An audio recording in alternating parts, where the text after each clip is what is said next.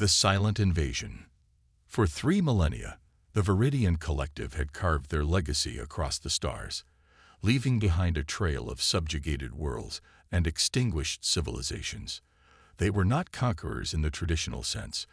They were collectors, harvesters of knowledge and technology, assimilating everything of value and discarding the rest.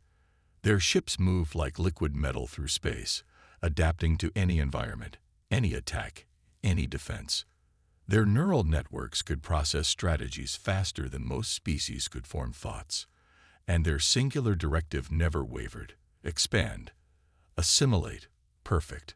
In all those thousands of years, not a single species had managed to halt their advance. Some fought bravely, others surrendered immediately, while the wisest attempted to flee. But the result was always the same. The Viridians' flawless adaptation protocols ensured victory was merely a matter of time. Until they encountered Earth. Commander Elena Chen stood before the United Earth Defense Council, her weathered face illuminated by the holographic display showing the devastation of humanity's outer colonies. The Proxima Centauri settlement, gone. The Mars defense grid, disabled in minutes. The Jupiter outposts, silent for 3 days now. They'll reach Earth in 6 days, Elena stated, her voice steady despite the weight of her words. Every conventional strategy we've deployed has failed. Their ships adapt to our weapons after a single encounter. They learn our tactics faster than we can implement them. Admiral Okafor leaned forward, his eyes revealing the sleepless nights that had become standard among Earth's leadership. Then we're finished. We evacuate as many as we can to the underground shelters and hope they... No, Elena interrupted, a fire in her eyes that made even the seasoned admiral pause. We still have one advantage they don't understand. She tapped her console, and the display shifted to show surveillance footage from the Battle of Proxima Centauri.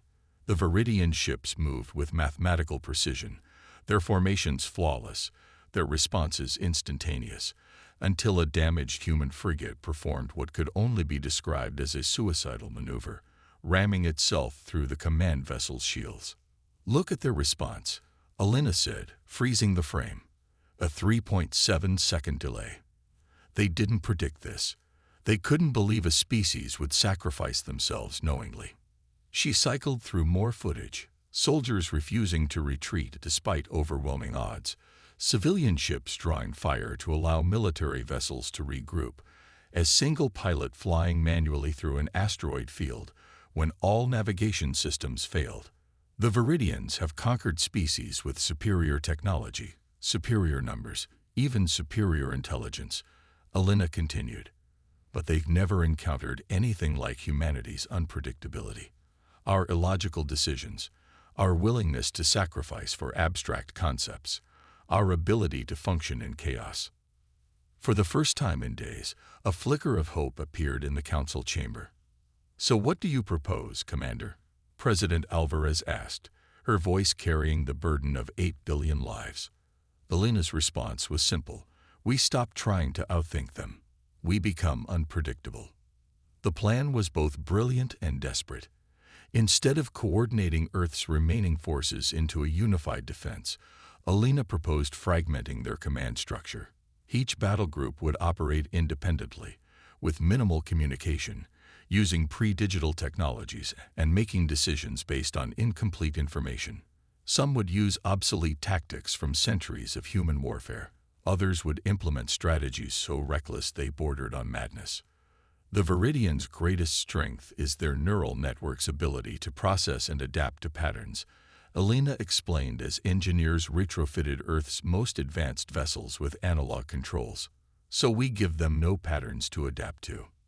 Dr. Sanjay Mehta, Earth's leading xenobiologist, had spent months studying the limited data on Viridian physiology. Their neural architecture is fundamentally different from ours, he explained to Elena as they walked through the launch bay. They evolved as a collective consciousness. Individual thought is foreign to them. They don't understand uncertainty or intuition. So when faced with human unpredictability, Elena began. They experience something like cognitive paralysis, Sanjay finished. Their adaptation algorithms require clear patterns to function. As the Viridian fleet approached Earth's orbit, humanity prepared for what might be their final stand.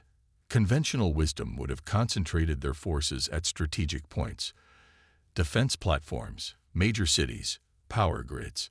Instead, Alina had scattered them in seemingly random formations, some hiding behind moons, others floating dead in space, waiting. The first wave of Viridian ships entered the system with the same methodical precision that had decimated 100 worlds before.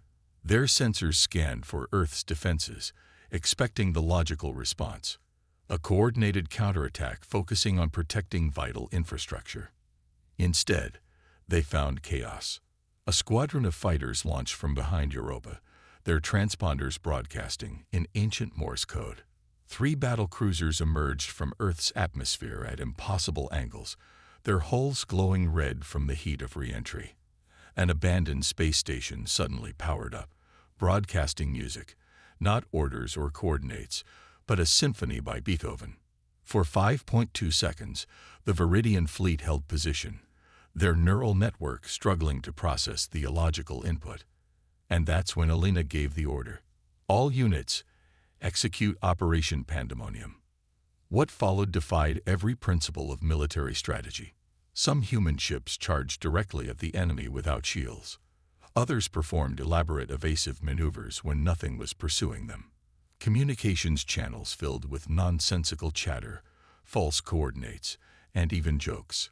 A mining vessel released thousands of reflective particles, creating a cloud that disrupted sensor readings. Agricultural drones reprogrammed to carry minimal explosives swarmed toward the Viridian flagship in suicide runs. The Viridian response was delayed, then confused, then fragmented. Their perfectly synchronized movements became jerky and uncoordinated as their adaptation protocols struggled to find the underlying logic in humanity's approach. Alina watched from her command post on Luna, her eyes fixed on the tactical display. "They're hesitating," she whispered, hardly daring to believe it. "They're actually hesitating." For the first time in recorded history, the Viridian advance had stalled. Not because they were outgunned or outmaneuvered, but because they were facing something their perfect adaptation could not process: human unpredictability. The battle for Earth's orbit lasted 17 hours. 17 hours of calculated madness, of strategies that changed minute by minute, of decisions made on gut feelings rather than tactical algorithms. Human casualties were devastating, with nearly 40% of their forces destroyed or disabled. But the Viridians withdrew. Not in defeat, they had lost surprisingly few ships, but in confusion. Their neural network needed time to process, to understand, to adapt to this new form of warfare that followed no recognizable pattern. As the enemy fleet retreated to the edge of the solar system, Alina knew they had won only a temporary reprieve. The Viridians would return, and next time, they would be ready for humanity's chaotic approach. But she had learned something crucial. The perfect machine could be disrupted by human imperfection. In the quiet of her quarters, as Earth celebrated a battle won but not a war, Alina studied the data from the engagement. The Viridians' adaptation protocols had started to recognize some patterns in human behavior by the end of the battle. Their responses had begun to quicken, their formations to tighten. "They're learning," she murmured to herself, "just as we are." She pulled up the schematics for a device the engineering team had been developing, a neural disruptor designed to interfere with the Viridians' collective consciousness. Initial tests had been disappointing. The Viridians adapted to its frequency within minutes. But what if they combined it with human unpredictability? Alina began drafting plans for the next phase. They wouldn't have the element of surprise again, but they had something potentially more valuable: understanding. The Viridians excelled at adaptation, but adaptation required consistency to analyze. If humanity could keep changing not just their tactics but the very nature of their response. As dawn broke over the lunar landscape, Alina allowed herself a moment of grim satisfaction. The Viridians had never been defeated because they had never encountered a species that thrived in chaos rather than order. They had never met humans before. And now, as the Viridian fleet regrouped in the darkness beyond Neptune, calculating their next approach, humanity was preparing a welcome they could never anticipate. Because while the Viridians were perfect at adapting to patterns, humans excelled at one thing above all: breaking them. The real war was just beginning. The human factor. 3 weeks after the battle for Earth's orbit, the Viridian fleet returned. Their ships had reconfigured, smoother, less uniform, with adaptive shielding calibrated to human weapons. Their formation was no longer the perfect geometric precision they had initially employed, but a seemingly chaotic arrangement that mimicked humanity's own unpredictable patterns. They had adapted, just as Alina had predicted, but humanity had not been idle. "They're trying to beat us at our own game," Alina observed from the command center deep within Olympus Mons on Mars, which had been hastily converted into humanity's military headquarters after the initial invasion. "They've analyzed our unpredictability and found patterns within it." Admiral Okafor nodded grimly. "So our advantage is gone." "Not quite," Alina said, her eyes reflecting the holographic display of the approaching Viridian fleet. "They're using a predictable form of unpredictability. They've systematized chaos, which means it's no longer chaos." Understanding dawned on the Admiral's face. "They've created a new pattern." "Exactly," Alina replied. "And patterns can be exploited." The human response to the second Viridian approach was unlike anything either species had attempted before. Instead of fragmenting their forces, as they had during the first engagement, humanity's ships formed perfect, textbook formations, the kind found in military academies throughout history. Their movements were precise, coordinated, almost mechanical. It was the opposite of what the Viridians had been programmed to expect. The alien fleet hesitated, their neural network struggling to reconcile this fundamental shift in human strategy. They had adapted to unpredictability, only to be confronted with its absence. And while they hesitated, the true human strategy unfolded. Behind the perfect formations, scientific vessels activated the neural disruptors Alina's team had refined. Unlike the previous version, these didn't maintain a steady frequency that the Viridians could adapt to. They cycled randomly, using algorithms based on atmospheric noise from gas giants, solar flare patterns, and even human brainwave readings during dream states. True randomness, impossible to predict. The effect was immediate. The Viridian ships' movements became erratic, their weapon targeting systems faltering as the neural network that bound them together experienced waves of interference, unlike anything they had evolved to counter. "All ships, execute Operation Prometheus," Alina commanded. What followed was not the calculated madness of their first encounter, but something even more fundamentally human. Each ship captain had been given a single, simple objective, but complete freedom in how to achieve it. No predetermined tactics, no fallback patterns, just human ingenuity unleashed in its purest form. A cargo hauler repurposed as a kamikaze vessel rammed through the Viridian line, its hull packed with an experimental compound that adhered to the alien ship's adaptive material. A squadron of fighters performed maneuvers based on the flight patterns of Earth's insects, seemingly random yet devastatingly effective. Civilian vessels broadcasted electromagnetic pulses calibrated to the specific frequencies the Viridians used for ship-to-ship communication. It wasn't coordinated chaos this time. It was individual humans making decisions in the moment. Decisions no algorithm could anticipate because they weren't following any system at all. From her command post, Alina watched as the Viridian formation began to fragment. Their attempts to adapt were visible. Ships reconfiguring their hulls mid-battle, weapon systems cycling through different frequencies, but the constant shifts in human tactics gave them no stable pattern to lock onto. "They can't adapt to us individually," Dr. Mehta observed, studying the sensor readings. "Their neural network requires collective processing. They're trying to develop a unified response to 1,000 different threats." For the first time, Alina allowed herself to hope, not just for a temporary reprieve, but for victory. As the battle entered its 6th hour, The human forces suffered heavy losses. The Viridians' technological superiority remained overwhelming. Their ships still more advanced, their weapons still more powerful. But they couldn't coordinate effectively, couldn't synchronize their overwhelming force against an enemy that refused to behave according to any logic they understood. It was then that Elena implemented the final phase of her strategy, the most human element of all. "All channels open," she ordered. "Broadcast the message across every frequency in every language humanity had ever developed, and translate it into what they understood of the Viridian communication system." A single message propagated: "We offer peace, not surrender, partnership. Join us in understanding rather than conquest." This is not an ultimatum or a trick. It is an invitation to something neither of us could achieve alone. The Viridian fleet's response was immediate and unexpected. Their ships stopped firing. Their formations halted. For 12.3 seconds, nothing moved. Then, slowly, the Viridian flagship began to change shape, its liquid metal hull flowing into a configuration no human had seen before. It wasn't a weapon, nor a defensive posture.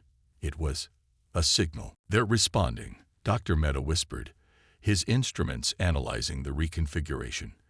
"That's their equivalent of lowering weapons. They're considering." In the tense hours that followed, humanity learned something profound about their enemy.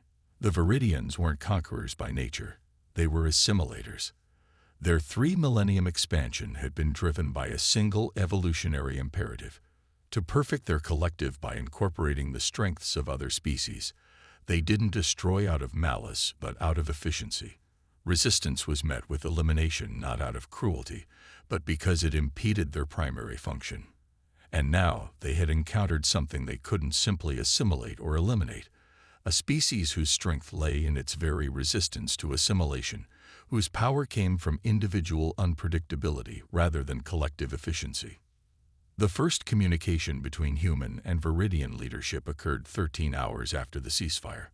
The Viridian representative, a shimmering, constantly shifting form projected as a hologram, spoke in a voice that seemed to contain multitudes. "We have existed for 17,000 of your years," it said. "We have encountered 346 sentient species. We have assimilated the valuable aspects of 345. You are the first we cannot process." Elena, chosen to represent humanity, replied simply, "That's because our strength isn't in our technology or our biology. It's in our individuality." "Inefficient," the Viridian stated. "Chaotic." "Yes," Elena agreed. "And that's precisely why we've survived. Why we've thrived. Why we've stopped you when hundreds of other species couldn't." The Viridian representative's form shifted, patterns rippling across its surface like thoughts made visible. "We seek perfection through assimilation. We seek growth through diversity," Elena countered. "And that's what we offer you now. Not assimilation. Exchange. Partnership. Something neither of us has experienced before." The negotiations that followed lasted weeks. The Viridians struggled to comprehend a species that valued individuality over collective efficiency, that saw strength in differences rather than uniformity. But they were adaptable. It was their defining characteristic. And slowly they began to understand. The treaty that formed was unlike anything in galactic history. The Viridians would halt their expansion, their forced assimilation of other species. In exchange, humanity would share their unique perspective, their art, their philosophy, their fundamentally different way of thinking. "They're still dangerous," Admiral Okafor warned Elena as they watched the Viridian fleet depart Earth's system, bound for a neutral zone where the first cultural exchange would take place. "This could be a ploy." "Of course it could," Elena agreed. "But that's the human gamble, isn't it?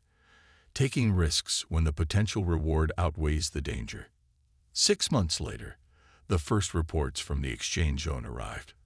The Viridians were changing, not their technology or their capabilities, but something more fundamental. Individual Viridians were beginning to display preferences, to make decisions that prioritized exploration over efficiency. Some had even chosen names for themselves, a concept previously foreign to their collective consciousness. And humanity was changing too. The neural interface technology, derived from studying Viridian communication systems, had revolutionized human medicine, education, and space travel. But unlike the Viridians collective, the human version enhanced individual capabilities rather than subsuming them into a greater whole. 1 year after the battle that nearly ended human civilization, Elena stood on the observation deck of the newly constructed Unity station, watching as the first joint human-Viridian vessel prepared for its maiden voyage. Its destination, the uncharted regions beyond known space, where neither species had ventured before. The ship itself was a testament to their partnership. Viridian adaptive technology combined with human intuitive design, capable of reconfiguring itself based on the crew's needs, while maintaining the unpredictability that had proven so effective in battle. "They still don't fully understand us," Dr. Mehta remarked, joining Elena at the viewport. "Their simulations still fail to accurately predict human behavior." "Good," Elena replied with a slight smile. "Some things shouldn't be predictable." As the joint expedition ship accelerated away from the station, its hull gleaming in the light of Earth's sun, Elena reflected on the true nature of humanity's victory. It wasn't superior firepower or even superior strategy that had saved them. It was something the Viridians, for all their advanced technology and perfect adaptation, had never encountered before: the beautiful chaos of human individuality. Throughout the galaxy, word spread rapidly. The Invincible Viridian collective had been stopped, not destroyed, but transformed. And the species responsible wasn't the most technologically advanced, the most numerous, or even the most intelligent by conventional measures. They were simply the most human. In the decades that followed, as humanity took its place among the galactic community, they carried with them the lesson of the Viridian War. True strength doesn't always lie in perfection or adaptation. Sometimes it lies in the very flaws and inconsistencies that make a species unique. The Viridians had sought to perfect the galaxy by making it uniform. Humanity had saved it by ensuring it remained diverse. And across the stars, species that had hidden or surrendered emerged once more, watching in wonder as the unstoppable force of the Viridian collective and the immovable object of human unpredictability forged something entirely new. A future where differences were not weaknesses to be eliminated, but strengths to be celebrated. The galaxy would never be the same again. Neither would humanity.